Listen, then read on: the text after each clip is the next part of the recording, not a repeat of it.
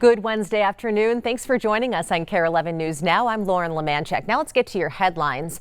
New today, Stephen Bailey is pleading guilty to 5 felony charges connected to the deadly Park Tavern crash that killed 2 people and injured several others back in September. Bailey was drunk that night. Police say his blood alcohol level was 4 times the legal limit. He had 5 prior DWI convictions. The Hennepin County attorney says Bailey agreed to 2 third-degree murder charges and 3 counts of criminal vehicular operation. This morning, Hennepin County Attorney Mary Moriarty spoke about the plea change. Mr. Bailey's choices that day scarred many lives and affected an entire community. And let me say this again, they were choices. Alcoholism is a disease. Drinking and driving is not. Bailey will be sentenced in late July. Moriarty's office will ask for the maximum sentence of 30 years in prison. Meantime, today the Minnesota Senate just passed a bill inspired by that tragedy at Park Tavern. The bill would enhance the state's DWI laws by increasing the length of time that repeat DWI offenders have to use the ignition interlock devices to start their cars. It also increases the look-back period from 10 to 20 years for repeat offenders. That bill now heads to the governor after the bills are merged in a conference committee. A look from the Sistine Chapel today, where the election to pick a new leader of the Catholic Church is underway. All eyes on this chimney right here, looking for white smoke, announcing the world has chosen a new pope. Here's video of the 133 cardinals heading into the Sistine Chapel to begin the conclave. At least one vote is expected today. Now, that first vote is not expected to result in a new pontiff, but it will reveal who's leading the pack to be the next pope. Jay Gray is in Vatican City with the latest. Well, good evening. After more than 3 hours locked behind the doors of the Sistine Chapel, we now know that there will be no announcement of a new pope. Black smoke spewing from the chimney atop the Sistine Chapel, a sign that the cardinal electors have not come to a decision on who will lead the Catholic faith.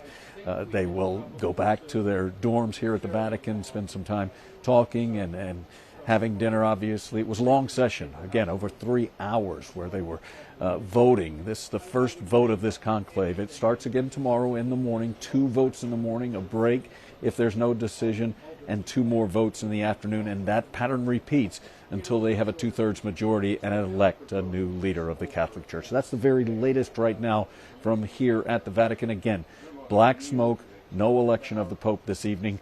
They'll start again tomorrow. Back to you. Well, along with Jay Gray, millions around the world will be watching each day for white or black smoke from the roof of the Sistine Chapel. That includes those at the St. John Vianney College Seminary in St. Paul. As Ian Russell shows us, they've even built their own version of the iconic smokestack. At the St. John Vianney Seminary, peace and quiet echo inside the chapel. But outside, it's only every so many years that you get a pope. Unity. To be a part of this, be at seminary while it's happening is really cool. Rings loud and clear. Here, Luke, you want to help me put it on? The more than 100 men of the seminary mourning the death of Pope Francis just a day after Easter. Mourning. Show that we can do serious things but not take ourselves too seriously. And now connecting. They know to look for it when the Pope does get elected. To the papal conclave nearly 5,000 miles away. We are celebrating just as much as they are in Rome, as someone might be in Africa or in Asia or in South America. We're all one group. As the College of Cardinals prepares to elect the next pope, ballots will be burned as the Cardinals vote. Black smoke for no new pope. There she goes. There's the white smoke. I love it. Testing white to announce Pope Francis's successor. Millions will watch that smokestack at the Vatican. We think it actually looks better than the one that comes out of the Sistine Chapel, so we're happy about it. Father Jonathan Kelly hopes thousands will look up and see theirs. The Pope is meant to be a unifying figure, and to have him be represented here in this way shows us that we're all connected in God's family. Built out of a sauna box and fog machine. This only happens every about 20 years. Now connecting them to a once-in-decades moment. It's an exhilarating feeling to be able to be a part of something that's bigger than yourself. From the Vatican to the university. We're just as Catholic as they are in Rome. Sometimes unity is as simple as smoke. We're going to celebrate in the way that we love and invite everyone else along for the ride. In St. Paul, Ian Russell, I think it's more sturdy than the one actually at the Vatican. KARE 11 News.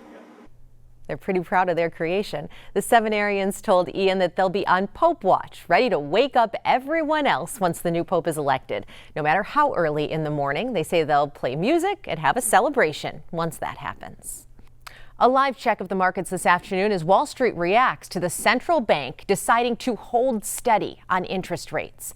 The Fed say they're waiting on the Trump administration's trade policy to take shape and see its impact on the economy.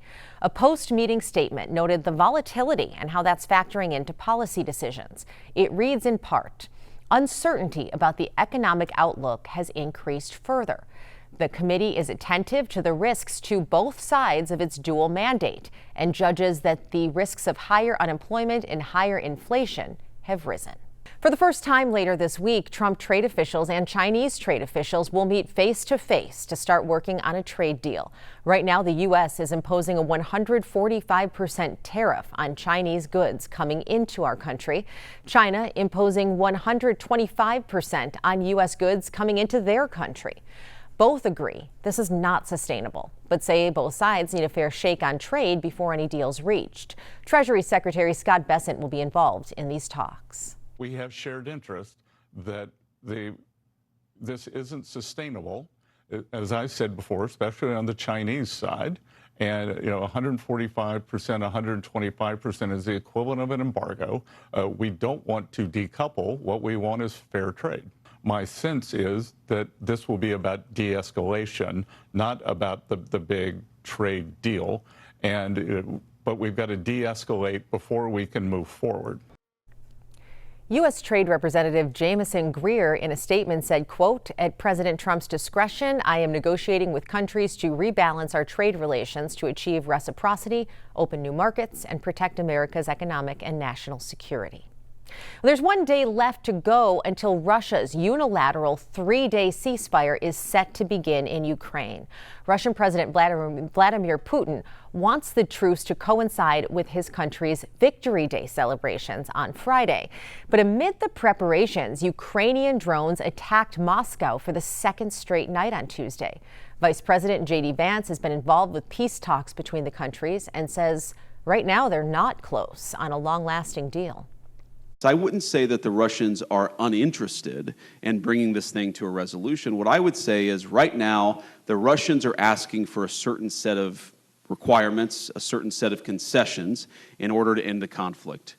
We think they're asking for too much, okay? And then obviously, the Ukrainians matter a lot. They're the other side, they're the other party, at least to the direct conflict. And we have to ask, what is the Ukrainian, what do they need in order to bring this conflict to a successful completion? And we're going to continue to have that conversation. Right now, Russians claim their troops are bringing the heat on nearly all front lines, making continuous gains in eastern Ukraine in the past weeks. They say while all but eliminating Kyiv's remaining forces still scattered in the western Russian Kursk area. The Trump administration is acknowledging there is no quick fix when it comes to the ongoing situation at New Jersey's Newark Airport. For nearly 2 weeks, passengers there have faced lengthy delays and cancellations due to serious staffing issues with air traffic controllers. And it's having ripple effects across the country as the TSA begins enforcing the Real ID deadline. Tom Costello is at Newark with all the details. Good day. This is the day that we have been talking about for 20 years. Real ID is now in effect. That means you will need a Real ID license if you plan to fly. If you don't have a Real ID license, you can use a passport, a military ID, a green card. The bottom line here, the TSA is going to be very lenient. In fact, so far we're hearing about no significant delays anywhere in the country at TSA checkpoints. They want to give people the opportunity to get to their flights. They don't want to stop people from flying. You may get pulled aside if you don't have a Real ID. Ask for some other proof of ID to, in fact, ensure you are who you say you are. But much of the country simply is not yet ready TSA knows that. As a result, they're going to be very lenient over the course of the next few weeks and months. Separately, here at Newark Airport, where we've had significant arrival delays for the last few weeks because of an air traffic control staffing shortage, we expect more delays today, and that according to the FAA. And a veteran current air traffic controller tells me, in fact, last week when they lost both radios and radars all at once, that was not the first time. It happened 2 other times just since August, and on at least 8 to 9 occasions, they lost all radios. So Newark Airport and air traffic control is a top priority for the FAA, as this week it announces and unveils a plan to overhaul and upgrade the entire ATC system nationwide. But that will take 3 to 4 years and cost billions of dollars. Back to you.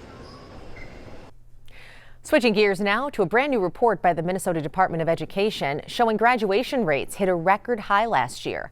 Looking at the data, 84.2% of last year's seniors earned diplomas, with more than 59,000 students graduating.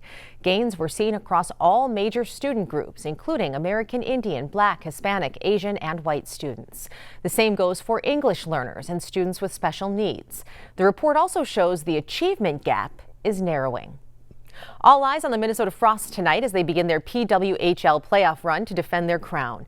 The PWHL defending champs are in Toronto for Game 1 tonight. They posted this video on their social media from the Coca-Cola Coliseum. Puck drops at 6 p.m. and Game 2 is Friday. Then they'll be back at the X for Game 3 on Sunday. Stay with us. More news and weather's coming up after the break.